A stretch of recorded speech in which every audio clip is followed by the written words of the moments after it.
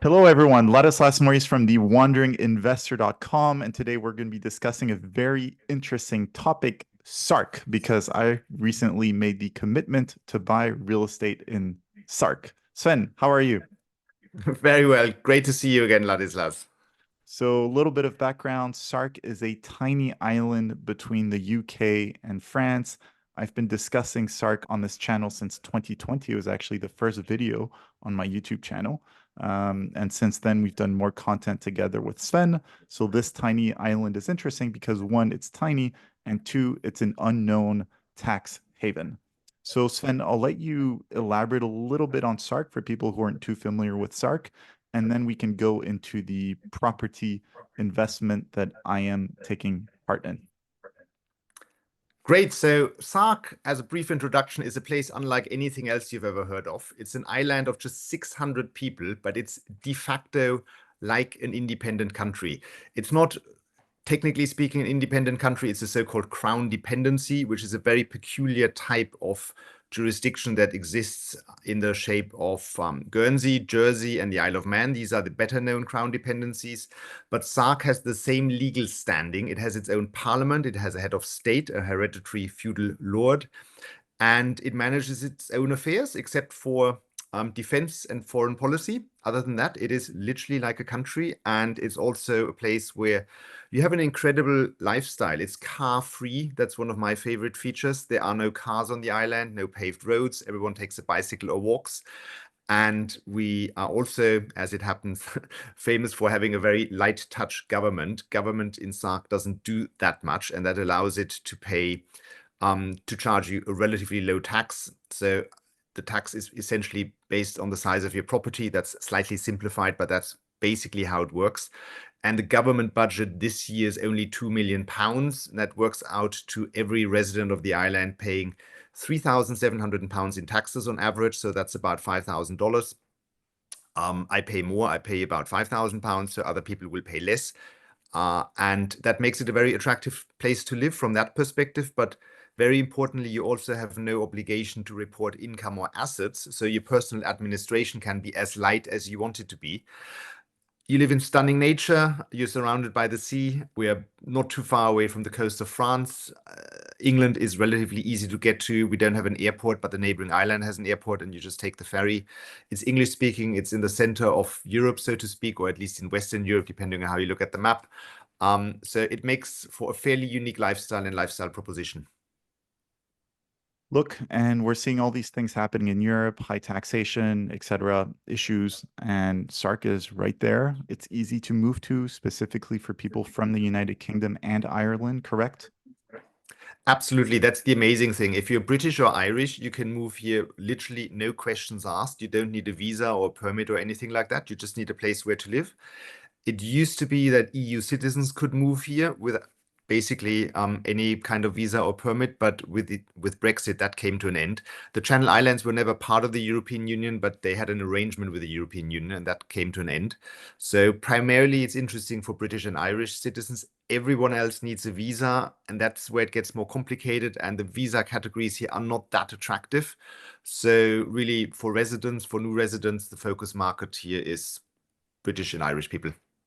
Yeah, I look, I like the we'll go into the investment thesis a bit later, but I wanted to invest in Sark. Actually, in 2020 or 2021, I made an offer on a specific house in Sark that I liked.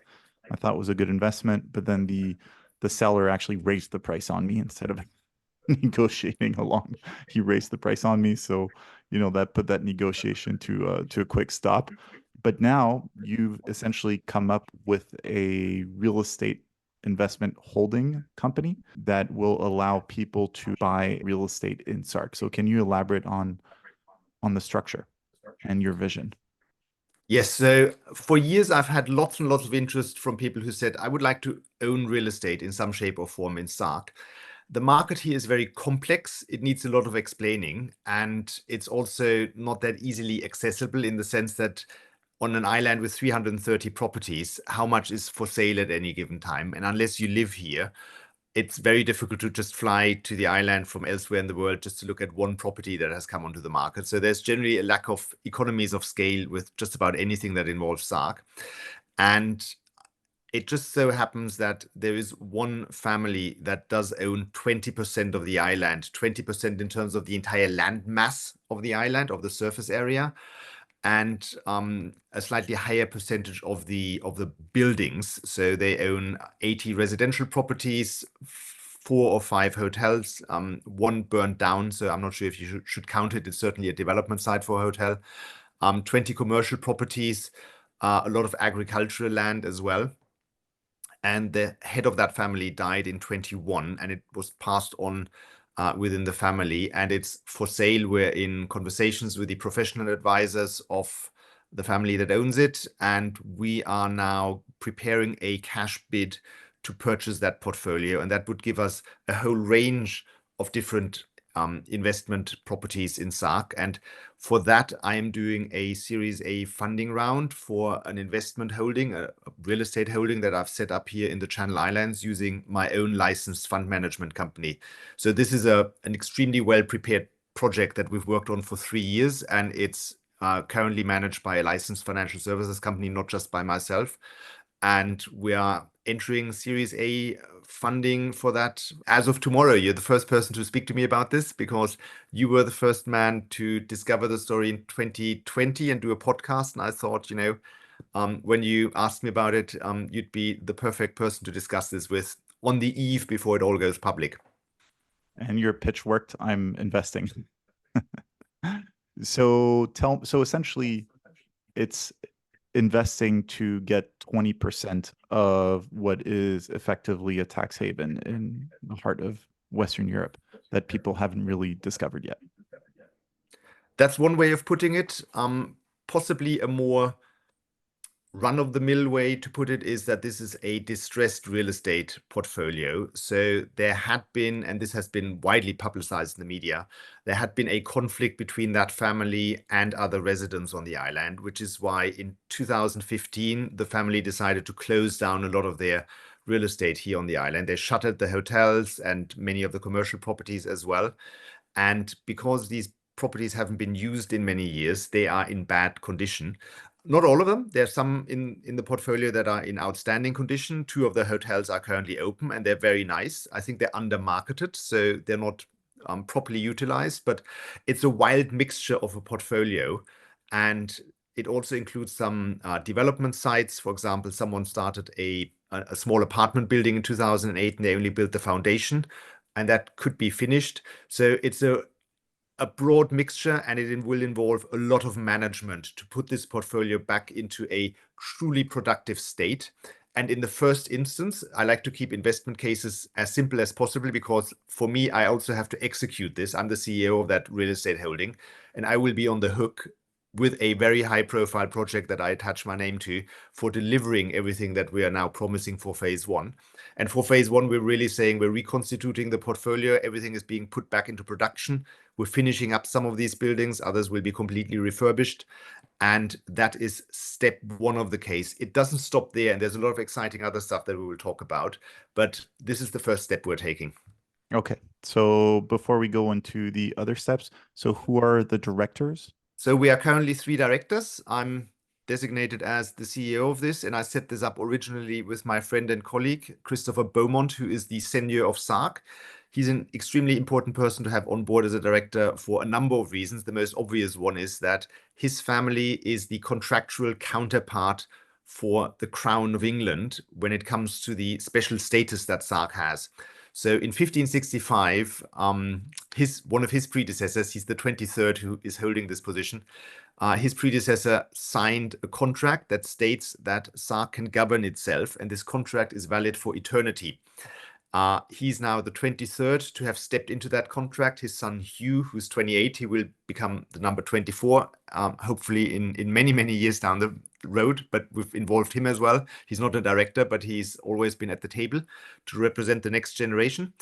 And the 3rd director is Richard A. Johnson, who's a very seasoned real estate professional. He used to run a real estate investment platform for UBS for 10 years for ultra high net worth individuals. He has a background in hotels in particular, has worked all over the world, speaks at conferences everywhere, has nearly 40 years of experience in the sector and brings the real estate know-how to the table. And he's also been involved from inception.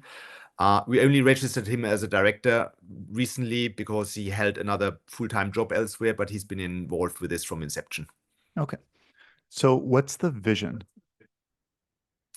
The vision is very much to make Sark one of the best places in the world to live, and that counts for residents and visitors, tourists alike, and also not just for rich residents. We are in the peculiar situation here that because we're a small island, you have to run a sustainable and resilient community here. And with sustainable, I don't mean it in the sort of fashionable sense with, necessarily what sustainability is being used for right now, but in the sense that you have families living here, people with children, you have key workers living here, teachers, people who can, run the doctor's office.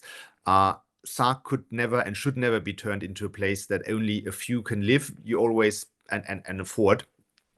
You always have to make sure that we have a broad representation of human society living here and being able to live here. And we want to create a place where if you are a high net worth individual or an ultra high net worth individual, or maybe an international businessman, someone who runs a business remotely, this is an amazing base for you. But we also have visitors here, tourists. Tourism is the backbone of the economy right now, and that needs to continue. And it needs to be, in a way, rejuvenated, I think is the right word, because tourism has been on a gentle decline over here. And you also need to have a population here that is, what you would generally call the local population, who are living here and who are enjoying this place and who need to be very much part of this plan. And we want to make all of this come together and create a place unlike anywhere else in the world, where right now, to give you just an example, not only do we not have cars, we also don't have political parties here. We don't have an overbearing government. We don't have major intrusion of government into your life. And we want to keep it like that. We have incredible nature that needs to be protected. So we have a very broad plan for the island, which we hope will lead to a public discussion as well, and to eventually a consensus where Sark should go in the future, because there are undetermined questions, and we would love to have a conversation with everyone about this and help to take Sark to a great future where it's very resilient and just simply a great place to live. But have these conversations taken place? Yes, so last year we invited everyone to a workshop, a public discussion, and this was facilitated by experts that we brought on board, experts in town planning, building community, sustainability, resilience. And that happened to be, no coincidence, the Prince's Foundation, which is an organization set up by, at the time, Prince Charles and now King Charles. He's very passionate about town development and town development done in the right way. He's built a very famous new town in England called Poundbury, which is very much, in a way, a model case for us to learn from, and which was to a certain extent laughed at when he started it. But now property prices there are at a high premium compared to surrounding counties. So the vision of the king has very much been one that has become the benchmark for town development and urban development in the UK. His people affiliated with him are currently building another such town in Cornwall called Nansleddon. It's a bit of a surfer town. And we are working with the people who have the know-how to do all of this. And they came over here. We invited to a public workshop, a discussion. More people turned up than to any other event of this nature in living memory turned up. And a report came out of this, which summarized what the community thinks. And this is certainly a conversation that needs to be continued at the right time. We're in no hurry because we will be busy with our own portfolio, and we're not coming in here to tell anyone what to do or where the island needs to go. In the first instance, we're now completely focused on reconstituting this portfolio, and we'd love to speak to any stakeholder who wants to have a wider discussion, but we're also not pushing for this because it's not the right time for us, and it's also something that needs to come organically out of the community. So okay, so phase one is you're buying all this real estate and you're going to manage it, refurbish, etc., make it livable. What's the phase two? How do you move from, making it look nicer to actually implementing whatever vision will come out of all the discussions? Yes, if you want to speak about it in financial terms, that will be our Series B fundraising. So the situation here is that we could probably purchase quite a few additional properties, not just the portfolio of this family, but more than that, because there's a backlog of succession cases. The market here has been stuck for many years. Mortgages are not available in Sark, so all purchases need to be pure cash purchases. So far, we'll change that, but right now, anyone who buys here has to pay 100% in cash. And we believe that we could probably purchase another somewhere between 10 and 20% of the island to take the portfolio to somewhere between 30 and 40% of the island.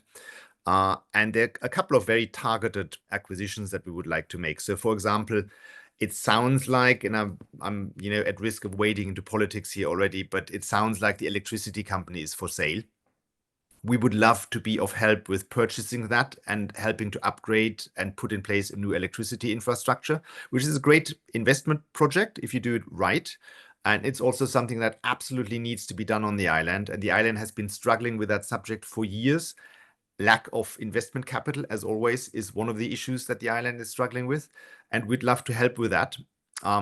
We are currently focused on buying this initial portfolio. If or when that happens, then we want to have conversations about buying potentially other properties, potentially helping with some infrastructure projects, such as the electricity issue. But all of that is subject to Series B. And then you can also plan these aspects in more detail, because then you have more visibility on them. We don't want to overpromise something that may not be deliverable. So focus on the core portfolio, and everything else will then come at a later stage if it happens, which I think it will. But again, it's a step-by-step process, and we have to be very careful to not overpromise, and then we have to execute what we are promising. Cool. So for the first round of financing, which is happening right now, I know the negotiations still need to take place with the family to buy that real estate. But what are roughly the valuations on that island from a price per square meter point of view to be able to compare with other tax havens or other islands in the region? So the number one figure to know is probably, or there are actually two figures that I think are the most illustrative of what you're getting here for your money. So Sark is next to Guernsey. Guernsey is a well-known financial haven. It's also a bit of a tax haven, and it's just simply a great place to live. No crime, no political parties, a very low percentage of GDP goes to government. And Sark is currently valued at about 30 to 50% the prices of Guernsey. And we are going to purchase, or we're going to offer less than that for the portfolio because it's obviously in distress. The other interesting figure to look at is Sark is currently priced at probably less than Zone 3 in London, if that tells you anything. So even though it's extremely attractive in some ways, at least, to live in Sark, we're far from being an expensive place to live. I would say it's somewhere between Zone 3 and Zone 4 in London, and that also goes to show some of the upside that you have. We've worked out that right now, for a square meter of high quality residential space in Sark, you're paying about £4,000 a square meter. If you buy it on the open market, if you can find something of that kind. Freehold, yes. And in Guernsey, something like that would cost 10 to 12,000 already. That gives you an idea of the valuation gap that exists just between these islands here. So, I mean, you can always argue that, Guernsey should be more expensive because it's bigger and more attractive. My argument would be that Sark should be more expensive because it's a higher quality place to live and it has less problems than Guernsey. In any case, there's currently a huge gap between those two. And I think that gap will close, and it'll be by Sark moving up. And in international terms, if you look at real estate costing £4,000 a square meter, Sark is not expensive in absolute terms, given that we are an English language jurisdiction in Western Europe with all the features that I mentioned earlier. Yeah. So really, it's a lot of upside and very limited downside. That's how I see it. Yeah. Can you talk us through essentially your worst case scenario and your best case scenario? So we are always approaching investment cases from the perspective of what can I lose if this doesn't work out? And we have modeled this in the following way. If Sark just gets if Sark remains stuck in the somewhat difficult situation the island is in right now, it has some structural issues. If we don't buy any additional property beyond that portfolio, and if basically we come to the conclusion that we can fix up this portfolio, but we can't do anything beyond that, then we're looking at paying out to our investors a return of about 8% per annum from 2028 onwards, rising to about 10% per annum in 2030. And that's what we're returning to investors on an ongoing basis. So if this doesn't work out, then you basically have a high yielding asset in a very safe English language jurisdiction. And I think for a worst case scenario, that's not a bad case at all. Let's go into the best case. The best case scenario is that Sark becomes a truly unique, high profile place where to live, and where some of the housing will be valued at an extraordinary premium because it will just be so desirable to live there. So our portfolio will have to include a bit of a split between, we need to keep some of it affordable, including, for example, for our own staff to operate hotels. Equally, we will certainly have some very high-end properties in our portfolio for which we will be able to demand premium prices because there's nothing else like it on Sark, especially at least not right now. If you compare Sark to other jurisdictions, the prices here could, for the high-end properties, could increase by a factor of 3 or a factor of 5 over, say, 10 years, 12 years, 15 years, or 20 years. And you can pick any of these numbers, depends on how ambitious you want to be. It's certainly a multiple of current prices. And then you can add to it, so we're purchasing all of this using only equity. You can optimize your balance sheet and your funding structure, obviously. We could open up all sorts of additional businesses, like there could be a membership type concierge service for residents that generates additional income. We may be interested in buying one or the other business on the island. So I would like to think of it as there is a blue sky potential available to us. That will take a number of years to materialize, but it's also not a completely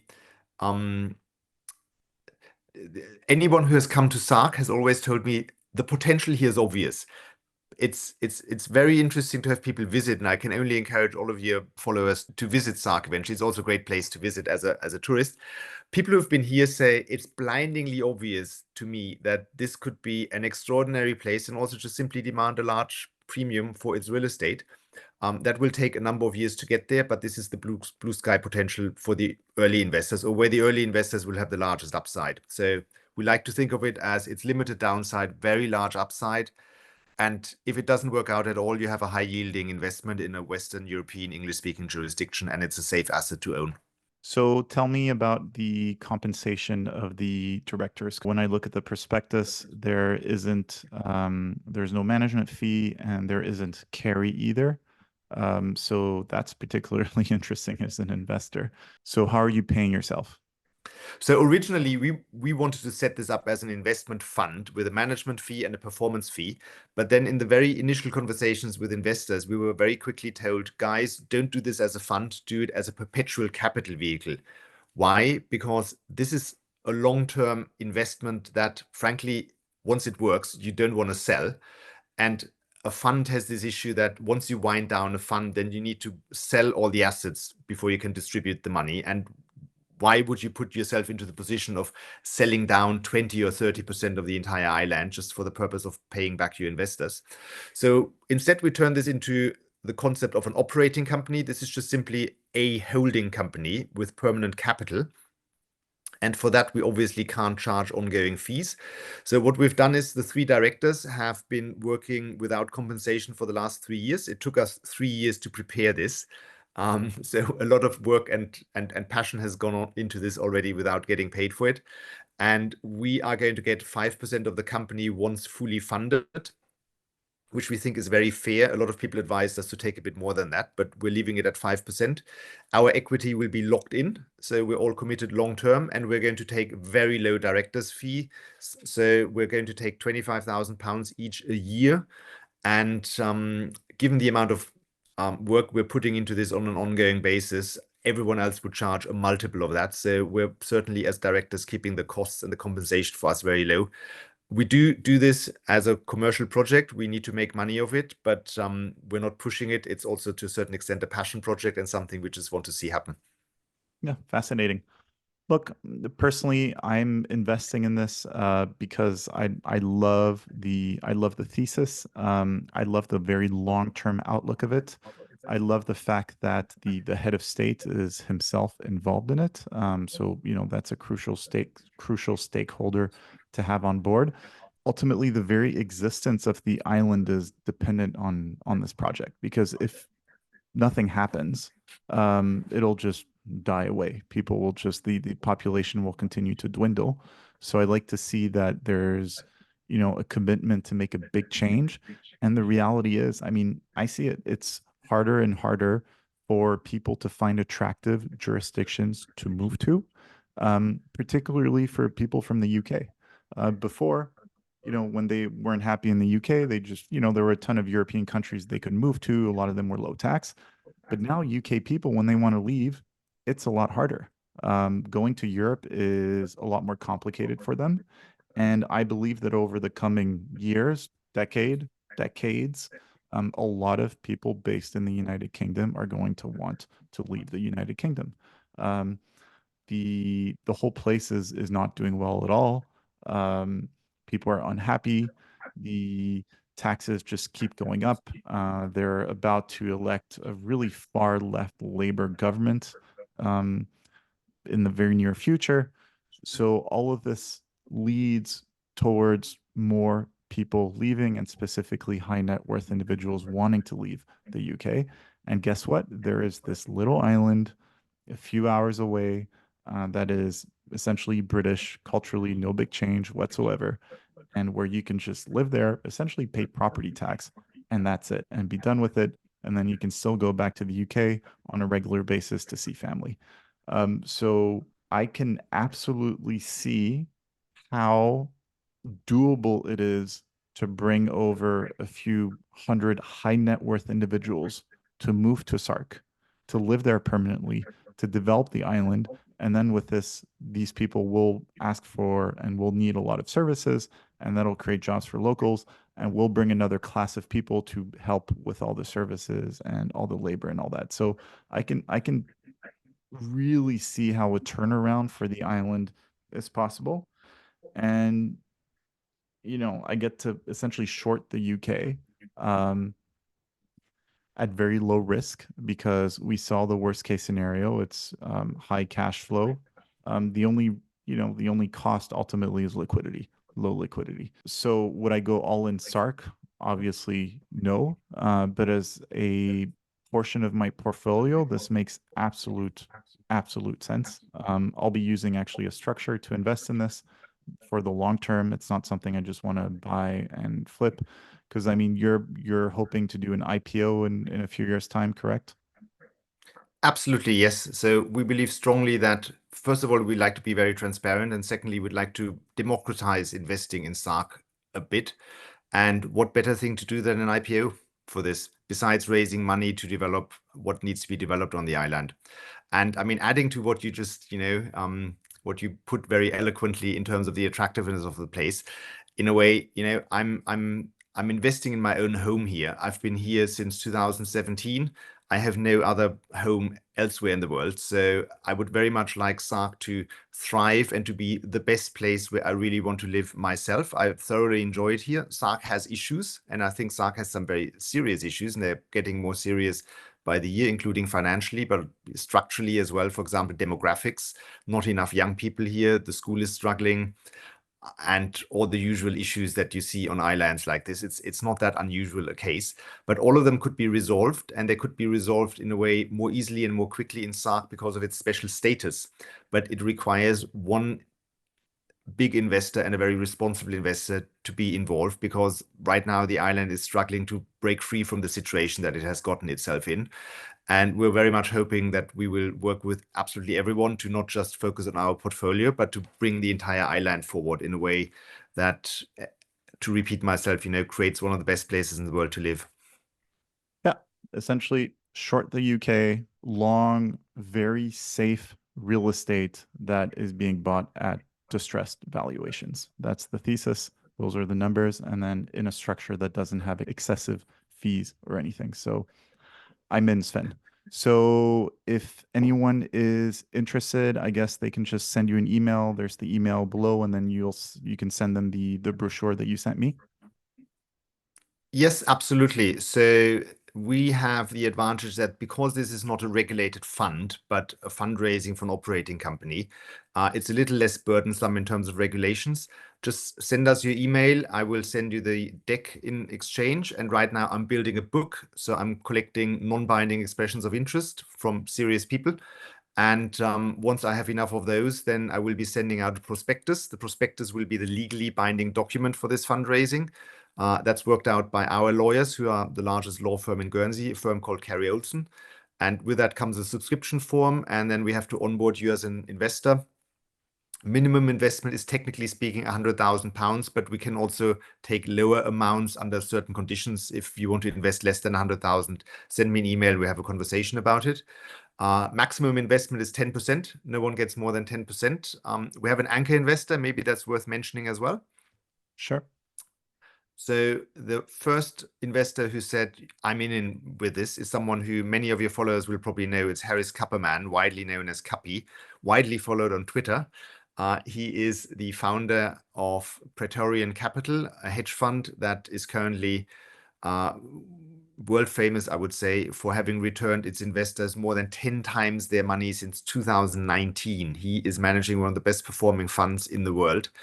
And I spoke to Capi in Puerto Rico last year when I saw him there, and told him about Sark. That was in April. And he said, I absolutely want to see this place. And he came over in June for a couple of days with his wife, and they looked at everything in Sark. They also visited Guernsey to get a bit of context, because Guernsey is very important context for Sark. And we are currently onboarding Capi's hedge fund as an investor, and we're onboarding him as the fourth director of the company, which is very important. So Capi will play an active role in this, and I expect that other investors will follow him. So I think there's going to be quite some interest in this Series A placement that we've just discussed. And further news about this will also just simply be sent out through the email list on our website. So we have a basic but informative website, which is called sarkpropertycompany.com. So if you register yourself with your email there, then you also get automatic updates about everything. Cool. Fantastic. So Sven's update is right below in the description. Sven, thank you so much. Really interesting. And I'm looking forward to following this project very closely in the coming years. And please do visit sometime, Ladislas. Will be Will great do. to have you. Take Cheers. care. Thank you. Make sure to download my free ebook, 12 Mistakes to Avoid When Investing in International Real Estate, which you can find on my website, link below. And feel free to follow me on Instagram @TheWandering Investor. I look forward to hearing from you.